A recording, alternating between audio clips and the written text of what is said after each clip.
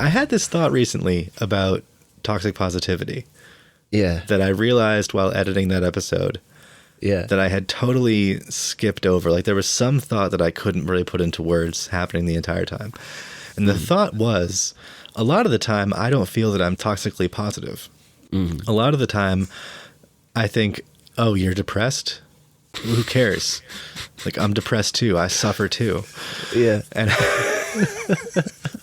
I realized that a lot of the time with me, and this isn't so much true anymore, but like historically, it hasn't been toxic positivity as much as it's been, yeah, of course you're suffering. Everyone suffers. Do something with it. Yeah. Make art with it. That suffering is great for art. Like, why would... Yeah.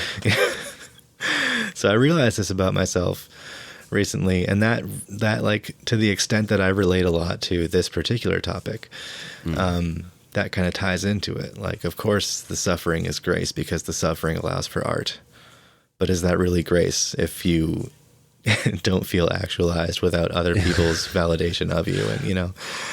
Well, to me, it seems like there's a really, really fine line, which we must have touched on when we did the toxic positivity episode, but kind of a fine line between, you know, validating that person's suffering and being toxically positive, the same way there's sort of a fine line between grace and passivity, or, you know, like fear-based passivity and stuff, because both of those, they kind of look like the same thing unless you're one of the involved parties, you know?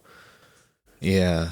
Like, grace looks a hell of a lot like saying, fuck it, I'm not getting involved, unless you're on the ground with it and you know that you've taken that breath and you're just kind of going, all right, like, let's go forward. Then it's courage. But from the outside, it just looks like sort of a non-interventional kind of approach. And then the same way, like, trying to get somebody off their ass who's been depressed is going to look a lot like that cheerleader thing that can be so toxically positive, unless you know that person needs that, or you're listening to their pain and then you say, all right, but come on, what are you going to do with it? Like, I think we must have talked about how, like, it gets trickier when these things filter out past the original situation, you know, like when you read like a blog saying the same things that you might say to your friend who's going through it. It's different because you're in the situation and you know them and you've got the context. It's different than somebody that's just like, you know, an influencer or whatever saying, this is the 7 things you need to do to like actualize yourself. Like, that's like, yeah, that could very easily be toxically positive, because it's like a lot of physical substances. Like, they're toxic if you take them for the wrong reasons, but if you're sick, they're medicine.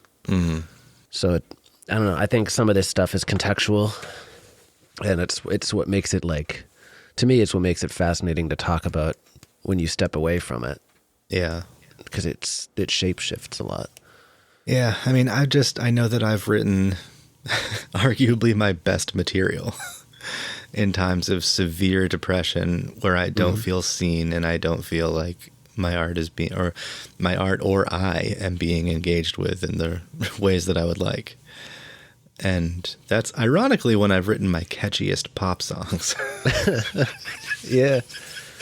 But or maybe it's just like my most Elliott Smith-esque songs, like circa EXO, you know. But yeah, I think it's hard for me to find something that is so wrong with that it demands change. Yeah, when I think about it. But I also like if I knew someone who was in that state and they were just like cranking out great art, I'd be like, I don't know that you need to change. Like, this is an existential problem. You do you.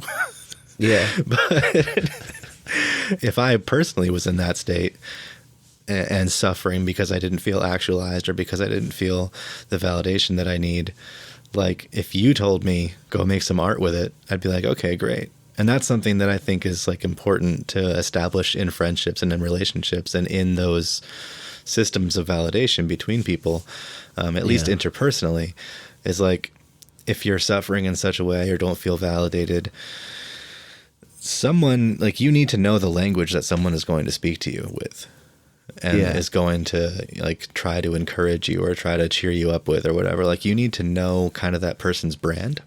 Yeah. Yeah. Which is actually the subject of the blog that I'm writing right now for our page. So I think, like, what Michael was discussing about his crowd, like his Christian crowd. Like if you're writing a lot of songs about losing your faith, that might not be the crowd, because that's not that crowd's brand, you know? No. But I think like for me as a songwriter and as a lyricist, if I write a song that has asks a lot of existential questions, as my songs tend to do, or make a lot of existential claims, as my songs tend to do, I think that like I know that I have the audience that appreciates that. Yeah. So what I hear when he tells that story is like, I feel a great amount of grief for someone whose audience couldn't understand the art that he was making necessarily. Yeah. Or that like he could no longer understand the art that his audience wanted him to make. So there's a lot of sorrow there. Yeah. That I can feel, because like, again, as an artist, when you're creating, and the validation that you get is supposed to be what inspires you to create more. Yeah. You know, whether it's the validation or the need for that validation. You'd like to think that it is the material and not the ethos that they're engaging with, you know? Yeah. I'd like to think that someone comes to a show that I play at like a DIY space, not because it's a DIY space, but because they want to engage with my material. But it depends on the level of attention that they're paying to it as well. I mean, there's always going to be those people, and it gets a little more deceptive, I think, when you get away from some of the main, like, some of the big staple genres that tend to fall into this category. You know, like people will go to like a country show because they want that aesthetic. They're not like analyzing everything Luke Bryan is saying necessarily, and it doesn't seem like as serious of an example. But when you apply that same thing to people who just, you know, want to go to like a folk place or a coffee shop or something, or a poetry night, and just be there and be in it, they will blend in perfectly with the people who are sitting there listening to every single word you're saying.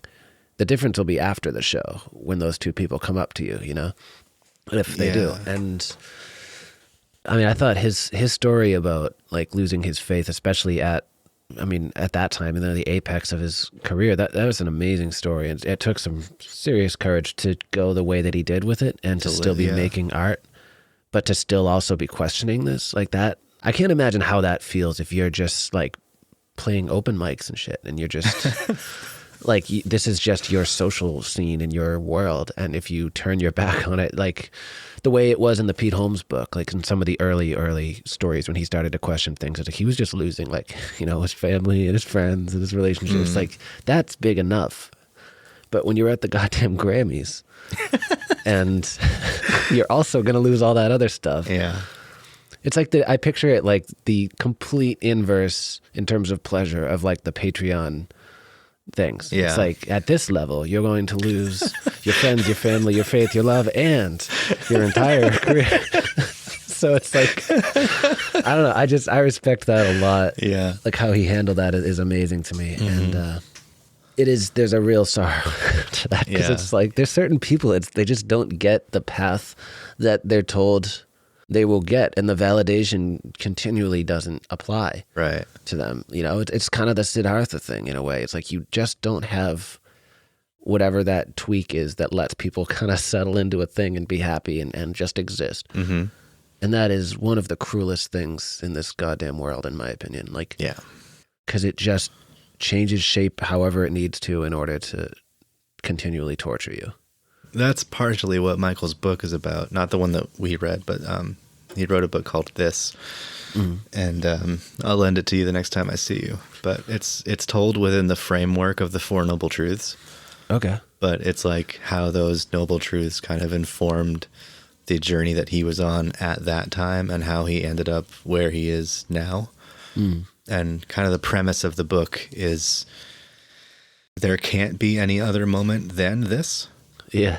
And wanting another moment than this is why we suffer, you know? Like wanting something other than what is. Yeah. Which is basically the first noble truth. Yeah. You know, so like the premise of the book is, you know, why can't we just sit with what is? And also wanting something other than this is this. like you're wanting that is included in this moment. Yeah. So that's not wrong. Like nothing, basic sort of consequentialism or determinism, like nothing that is happening right now is that which is not supposed to be happening. Yeah. Like it's all this. Everything that is supposed to be is now. And it's a whole book told with like some beautiful parables in it, and like, yeah. Anyway, you should read it. I'll lend it to you. No, that'd be great. Because that's another topic. It's like it's the same as like the toxic positivity and grace and other things like that. That like it is so easy to just take that one little sidestep that makes it woo woo or makes it kind of detached from the point. Mm-hmm.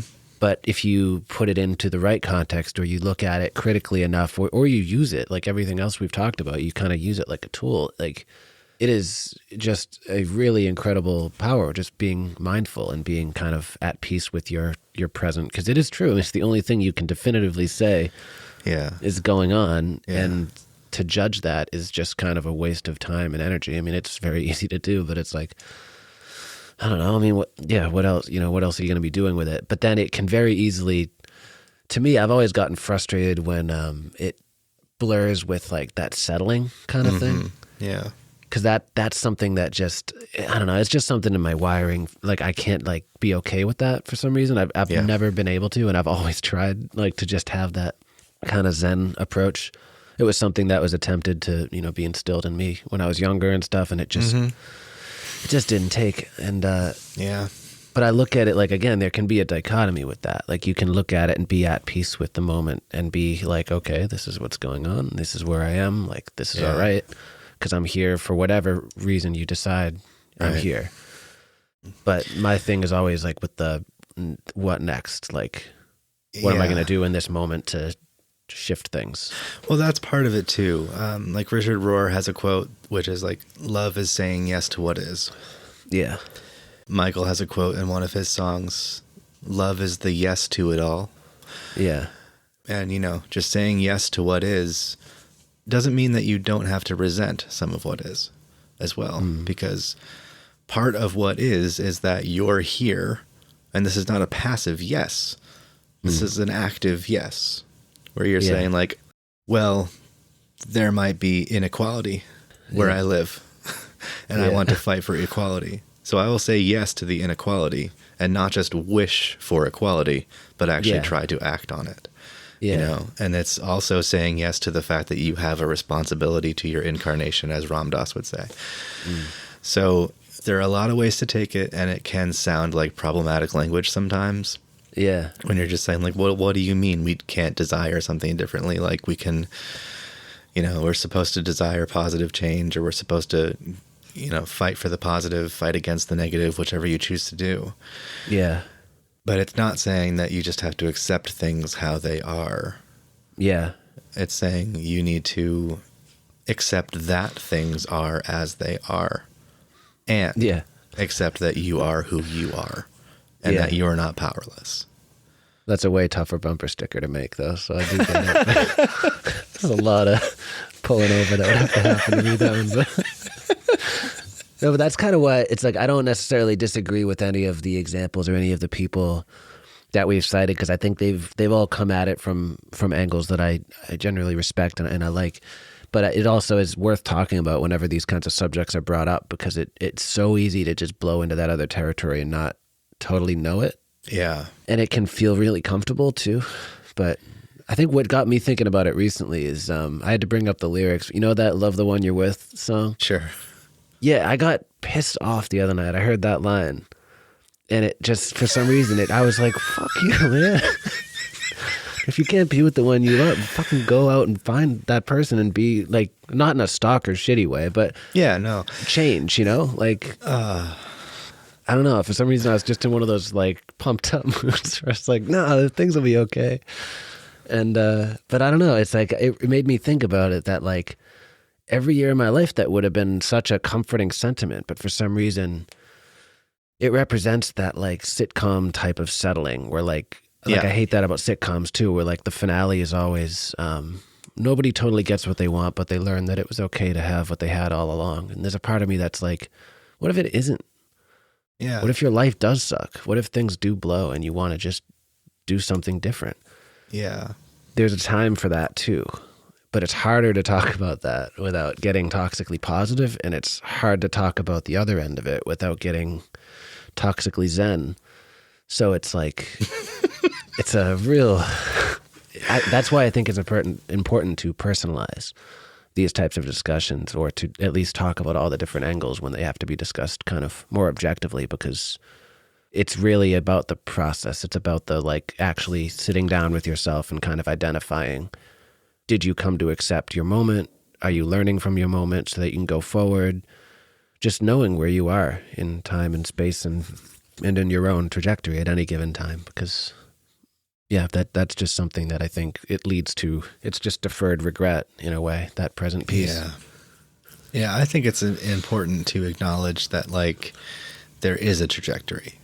Mm-hmm. You know, going back to where this topic kind of started, like, sometimes you do need people to help you along with that trajectory, and sometimes you need that validation and that, like, they have to say yes to you.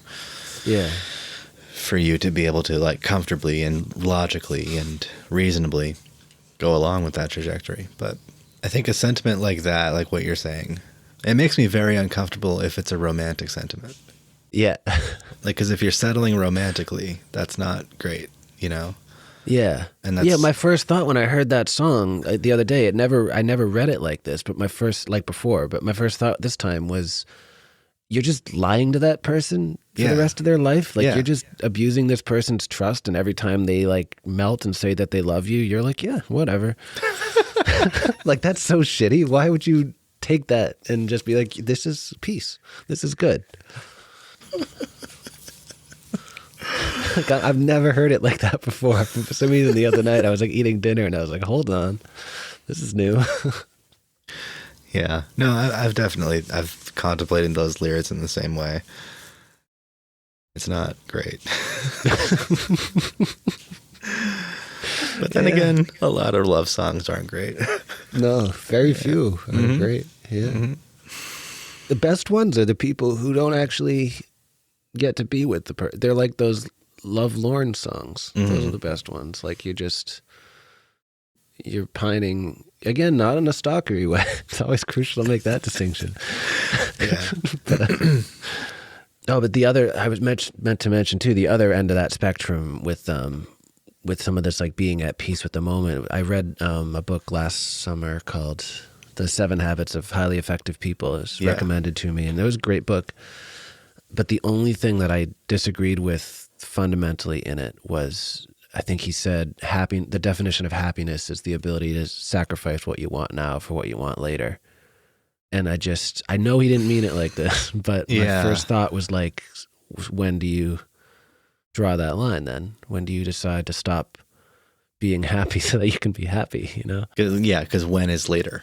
When does later start? Yeah. Yeah, and are you going to stop wanting things when you get to later? Yeah. And then if that's the definition of happiness, then what the hell are you going to be doing when you get there? So that's the other end of it to me. That's like the polar opposite of being at peace with the moment in some way. It's also kind of not, but... And that's where I struggle with the whole, like... Idolatry is such a complex subject. Yeah. You know, wanting that which you don't have, or wanting a different circumstance than what you have now. And I wonder if Michael will come back on and talk to us about idolatry. Yeah, that'd be fun. But yeah, I think that there are moments that you need to carve out to work on later, to work on getting to later. You know what I mean? Like, if I'm hanging out with you, or if I'm hanging out with anybody, if I'm with Kate, like, what I shouldn't be thinking is, I could be recording right now. I have a new single that I want to work on. I could be like making art. I could be whatever. Yeah. In a perfect world, all of that would just be in one place, and I could do things impulsively and be like, oh, you know what? I feel like doing this right now. You know, my heart isn't in this moment right now. Yeah. My head is going to be in the way of enjoying this moment until I get this thing done. Let me go 20 feet that way and do it. And then, you know, in a perfect world. But then, you know, you just want to travel. You'd have all that. You'd be like, damn it, I wish I could be backpacking. Yeah. So it's a fun existence. But it's like there's always an ambition that I'm employing. There's always a goal that I'm working toward. Yeah. And I know that most of the time I'm getting better at carving out time to work on it. Mm-hmm. Most of the time I'm getting better at knowing like, okay, this is going to happen at like 10 p.m. on this night. Yeah. And I'm going to drive to the studio to do it. And like, I will have my alone time there and I'll have my space there. And that's when that happens. And I'm getting actually a lot better at being present and being content with the moment that I'm in. Yeah. But I don't think like, sacrificing what you want now for what you want later. Like, I think you always need to be like, I don't agree entirely with that sentiment, but yeah. And I don't agree entirely with this, with this moment just right here is just fine. I think in a very specific context, I do agree with it, but in a very specific context, I agree with both. That's why I think it's important to... Yeah, go ahead. No, I was just going to say that the phrasing gets very complicated because you need it to be simple in order to write it down, basically, like, because not all of the conversations that are had about these things can be verbal or can be long form or can be social. Like, that's why I always feel a little bit like an asshole critiquing these things or poking at these things too much, because I know that in the context of that book or like conversations or whatever, like that's not what was meant. Mm-hmm. Like this person knows what they're doing, or there's a very clear, like in the case of that book, that was in the middle of another chapter, so that wasn't the end all be all. That was like part of his greater objective with that, and it makes sense in that context because it's basically there. It was like the whole. I think it was a lot of it was like with money, like save money basically, and I get what he means in that sense, but the phrasing can really get tricky depending on how. I don't know how much you take it to heart and don't question it. And that's kind of my biggest thing with all of these is like, it's sort of like you almost need mindfulness to learn or to teach mindfulness in a way. And because you need to be mindful about the mindfulness that you're taking in. And that's like something that's always appealed to me with it is like that, kind of like you were mentioning, like when you kind of know, or like you've some time scheduled where you're going to record at like 10 or something like that. That for me, I do the same thing nowadays, and I really enjoy it because it kind of does what I would be doing if I'm like writing a song and I'm sitting down trying to do the verse, but I keep getting like little flickers of the chorus popping in there, and like I'll just jot them down because if I keep them in my head and I'm perseverating the whole time and thinking like, oh, that might be good, or what about that hook, and then it's like I'm not in the moment, even within the moment, and if the instant I write it down, it's like I don't worry about it. I kind of look forward to it, but it's not consuming me. And there's like a nice little gray area there that I find I can occupy. And you can kind of do the same thing by finding a way that suits you in life, I think. Mm-hmm. We just like, you understand your needs, you understand excitement. You don't like judge those things for thinking like, shit, I'm not in the moment. Like get back in the moment. You just say, all right, like these are the things I'm going to need. These are the things I want. Where am I right now? And then you kind of average it out in a way that makes you function well. Yeah, you have to question your reactions always. Yeah. I think like even, being mindful about your mindfulness, being mindful about your lack of mindfulness, it's the same thing. Yeah. Because that can also, as we've discussed, like can be toxically positive if you're projecting that onto somebody else. Yeah. And then you're like, well, I'm anxious right now. Well, why aren't you breathing right? Yeah. Yeah. Be mindful about whether your mindfulness is causing others to or like causing your relationships to suffer. Yeah. I think that's a big part of all of this. This whole topic is really just questioning your reactions and question whether they are reactions that you have supported and you have cultivated over the course of your friendships, over the course of your career, over the course of however, if you're a creative person, are you purposefully like putting it out there that you want a certain reaction? You know, are you just doing something to get more followers? Are you just making a certain career move to advance your ego? But then as your ego grows, so does your need for fulfillment.